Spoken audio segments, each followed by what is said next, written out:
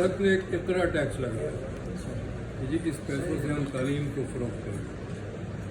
वो टैक्स तो आपने मर्ज कर दिया जनरल बजट में और तालीम वहीं का वहीं रह गया। ये जो पैसा आता है उसका भी यही होना था।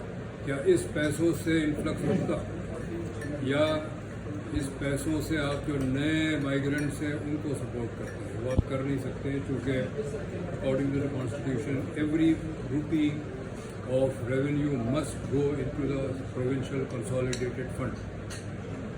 आप बाद में बजट में रख लें कि ये पैसा किस तरह खर्च होगा, लेकिन इसको डेडिकेट नहीं कर सकते कि ये जो पैसा आएगा ये इसके लिए खर्च होगा, ये हो नहीं सकता। तो NFC के इतने सारे पैसे आए, वो वेयर इज़ द रिजल्ट?